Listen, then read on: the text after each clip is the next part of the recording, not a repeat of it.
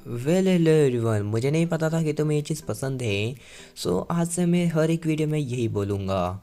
तो देखो यार, फिज़िकल स्ट्रेंथ बहुत ज़्यादा इम्पॉर्टेंट होती है और हम सभी लोग ये चीज़ जानते हैं कि कई सारे सुपर हीरोज़ की मेन पावर उनकी फ़िज़िकल स्ट्रेंथ ही होती है। कई सारे तो बहुत ज़्यादा पावरफुल होते हैं फिज़िकल स्ट्रेंथ के मामले में। एंड बेन के पास भी ऐसे कई सारे एलियंस हैं जिनके पास बहुत ज़्यादा हाई अमाउंट में फिज़िकल स्ट्रेंथ है। सो यहाँ आज मैं तुम्हें बताने वाला हूँ बेन के 10 सबसे ज़्यादा स्ट्रॉन्गेस्ट फिजिकली एलियंस के बारे में। तो फिर चलिए आज की इस वीडियो को बिना किसी देरी के स्टार्ट कर लेते हैं। नंबर 10 पर आता है वाइल्ड मड। वाइल्ड मड जो है वो फिजिकली बहुत ज़्यादा पावरफुल है एंड ये चीज़ हमने देखी भी है, क्योंकि वाइल्ड मड ने विल्कैक्स के ड्रोन्स को इस तरीके से चकनाचूर किया था जैसे कि उसके लिए कुछ हो ही ना, वो भी बस अपनी फिजिकल ताकत से। देखो यार, वाइल्ड मड जो है उसकी मेन पावर उसके फिजिकल पावर ही है, इसीलिए वाइल्ड मड के पास काफ़ी अच्छी खासी फिजिकल ताकत है। एंड वाइल्ड मड जो है वो काफ़ी अच्छा खासा तेज़ भी होता है और हम सभी लोग ये चीज़ जानते हैं कि वाइल्ड मड देख नहीं सकता है, बल्कि वह हीट विजन की हेल्प से देखता है। अब देखो यार, वाइल्ड मड जो है उसकी फ़िज़िकल ताकत हमने कई बार देखी है, लेकिन आगे आने वाले एलियन से उसकी फ़िज़िकल ताकत बहुत ज़्यादा कम है। Number 9, Kickin Hawk. Kickin Hawk भी विंटेज सीरीज में दिखने वाला एक काफ़ी ज़्यादा पावरफुल एलियन है एंड इसकी मेन पावर होती है इसकी फाइटिंग एबिलिटी। यह बेन का best hand to hand combat alien है एंड ये बात खुद बेन भी मानता है।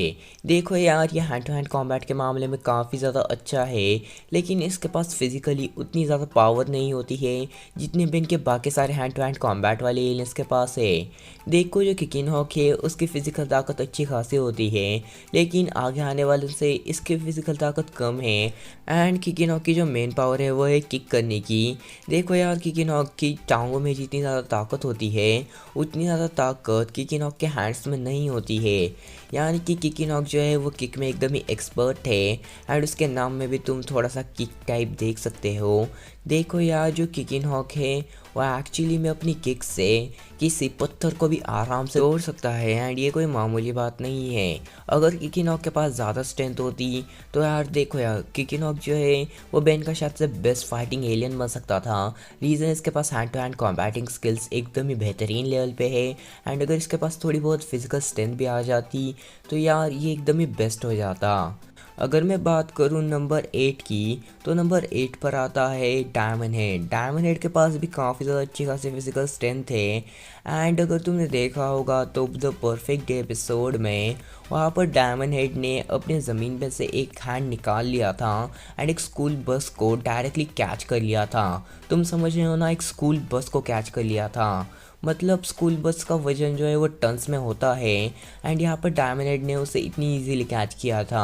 भले ही डायमंड हेड ने यहाँ पर खुद की फिजिकल स्ट्रेंथ का यूज़ न करते हुए खुद के अटैक्स का यूज़ किया था, लेकिन फिर भी डायमंड हेड की खुद की फिजिकल स्ट्रेंथ भी काफ़ी ज़्यादा अच्छी खासी है, क्योंकि इसने विलियम्स को भी हैंड टू हैंड कॉम्बैट के मामले में थोड़ी बहुत टक्कर दी है एंड कई सारे कैरेक्टर्स को भी डायमंड हेड ने टक्कर दी है एंड इसकी फिजिकल स्ट्रेंथ हमने कई बार देखी है। नंबर 7, सॉन्फायर। सॉन्फायर ने एक बार एक डीएनए एलियंस के टावर को ही डायरेक्टली गिरा दिया था, वो भी बस अपनी फिजिकल स्ट्रेंथ से। मतलब तुम समझ रहे हो ना, सॉन्फायर ने कितना बड़ा वाला काम किया है। ये काम बेन के किसी नॉर्मल एलियन के लिए करना बिल्कुल भी आसान नहीं है। सॉन्फायर की फिजिकल स्ट्रेंथ बहुत ज़्यादा होती है, इसीलिए सॉन्फायर ये कर पाया है एंड यही से हमें ये चीज़ प्रूफ होती है कि जो सॉन्फायर है वो फिजिकली बहुत ज़्यादा स्ट्रॉन्ग है, लिटरली में बहुत ज़्यादा, एंड पीछे आने वाले एलियन से तो बहुत ही ज़्यादा स्ट्रॉन्ग है।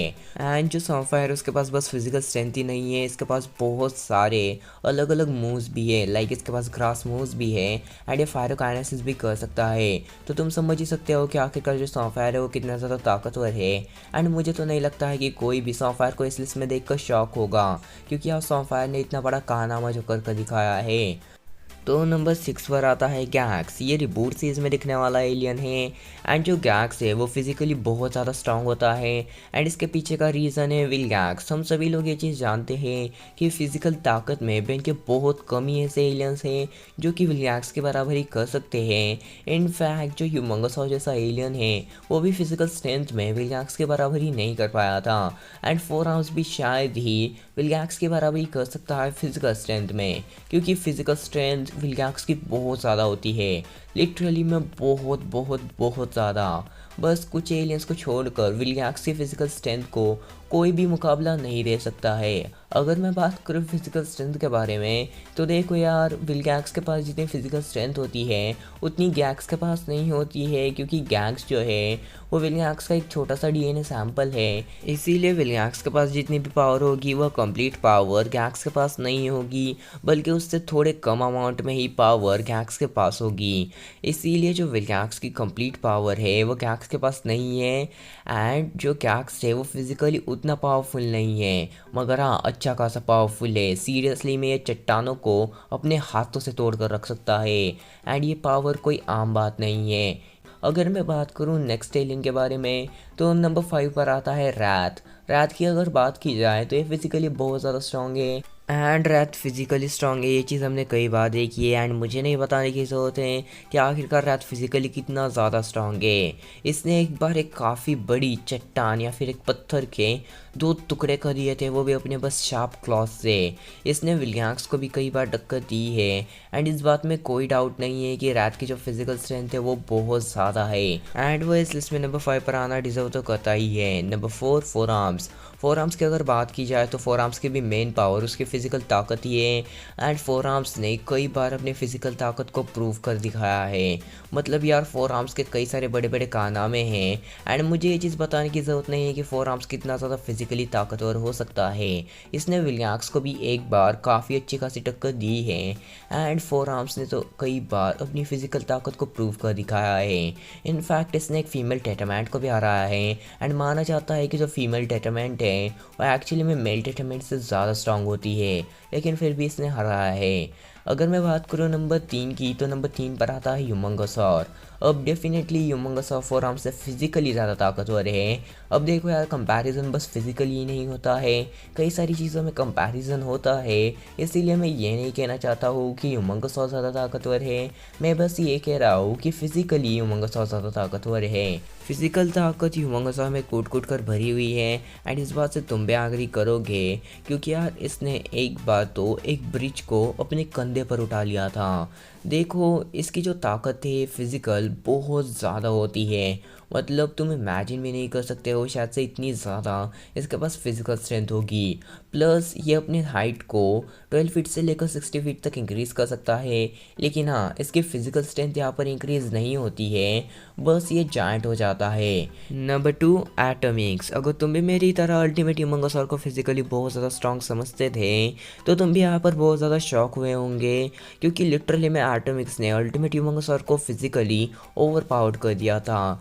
जब एटॉमिक्स और अल्टीमेट ह्यूमंगोसॉर का पंच टकराया था, तब वहाँ पर जो एटॉमिक्स का पंच था वो अल्टीमेट ह्यूमंगोसॉर से बहुत ज़्यादा स्ट्रांग था।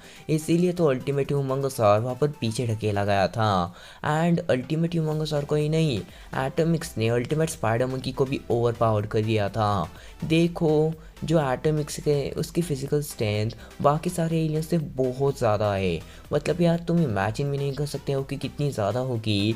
एंड उसने अल्टीमेट ह्यूमंगोसॉर जैसे एलियन को ओवर पावर किया है, जिसकी फिजिकल स्ट्रेंथ बहुत ज़्यादा मानी जाती है। एंड डेफिनेटली एटॉमिक्स इस प्लेस को डिजर्व भी करता है। लेकिन नंबर 1 वेबिक की तो बात ही अलग है भाई। इसकी फिजिकल स्ट्रेंथ एटॉमिक से तो कई गुना ज़्यादा है। तुम इमेजिन भी नहीं कर सकते हो कि वेबिक की फिजिकल स्ट्रेंथ कितनी ज़्यादा है। इसने जायंट विलियम्स को स्पेस में फेंका है। तुम समझ रहे हो ना, जायंट विलियम्स को, जिसका वेट नॉर्मल विलियम्स से कई गुना ज़्यादा होगा, उसे डायरेक्टली स्पेस में फेंक दिया है। एंड इनफैक्ट विलियम्स भी वेबिक से डरता है। एंड ये चीज़ हमें विलियम्स ने प्रूव भी कर दिखाई है। मतलब यार, लिटरली में जब वेबिक विलियम्स एंड बेन की फाइट के बीच में आया था, तो विलियम्स एक मोमेंट पर डर गया था। एंड वेबिक ने बहुत ज़्यादा बार अपनी फिजिकल स्ट्रेंथ शो की है। इनफैक्ट इसने कई बार वे बैट्स तक को ओवरपावर किया था। एंड एक बार तो इसने 2 से 3 वे बैट्स को अकेले हैंडल किया है। तो यार, इस बात में कोई डाउट नहीं है कि वेबिक की फिजिकल स्ट्रेंथ सबसे ज़्यादा है।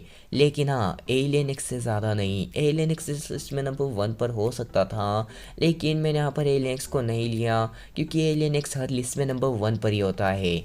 वो सबसे ज़्यादा पावरफुल है, तो यार हर बार उसे लेना कहीं ना कहीं बोरिंग हो जाएगा। इसलिए मैंने इस लिस्ट में नंबर 1 पर वेबिक को रखा, ना कि एलियन एक्स को, क्योंकि सभी लोग जानते हैं कि एलियन एक्स नंबर 1 पर ही होगा। तो बस यार आज के लिए बस इतना ही। होपफुली तुम्हें वीडियो पसंद आ गई होगी। अगर वीडियो पसंद आए तो एक लाइक कर देना। एंड आज वॉइस कैसी आई है तुम कमेंट में बता सकते हो, क्योंकि आज थोड़ा अलग तरीके से रिकॉर्ड किया है। तो बस मिलते हैं नेक्स्ट वीडियो में, तब तक के लिए गुड बाय। लेकिन एलियन एक्स इसे ठीक कर सकता है ना? है ना? एलियन एक्स बहुत कुछ कर सकता है, बस हम दोनों को राजी होना चाहिए।